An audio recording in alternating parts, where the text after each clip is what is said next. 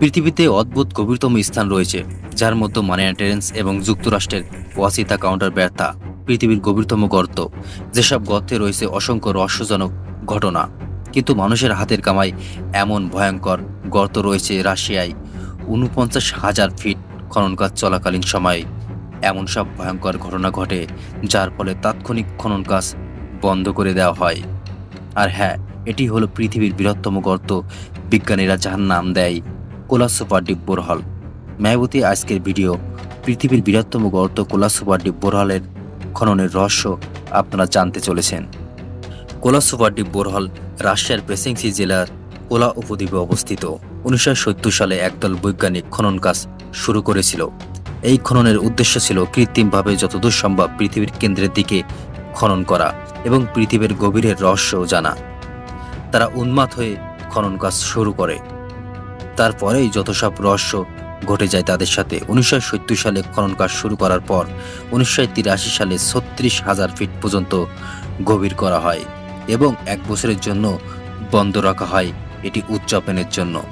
এরপর 27 সেপ্টেম্বর 1984 সাল 39,527 ফিট খননের পর হঠাৎ করেই 5,000 মিটারের ভারী সেকশনের ড্রিলিং স্ট্রিং কূপের মধ্যে পড়ে যায় এবং কূপের রাস্তা বন্ধ হয়ে যায়। তারপরে তাদের সাথে অদ্ভুত ঘটনা ঘটতে থাকে। 1989 সাল থেকে আবার কাজ শুরু করা হয়। বৈজ্ঞানিকরা ধারণা করেছিল 1990 সাল নাগাদ 44,000 ফিট এবং 1993 সাল নাগাদ 49,000 ফিট খননের পর তাদের অদ্ভুত লক্ষ্যর রহস্য উন্মোচন করবে।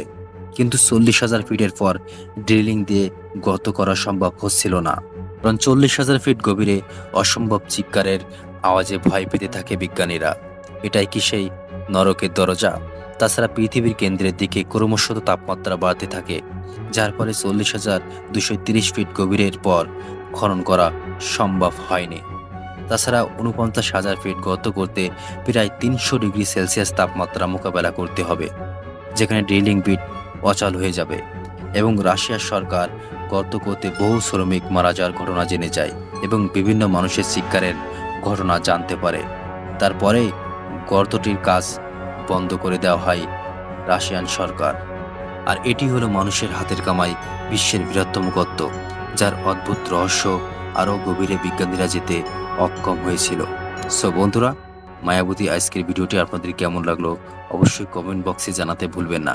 আর পরবর্তী ভিডিওর জন্য সুস্থ থাকুন, ভালো থাকুন, ধন্যবাদ।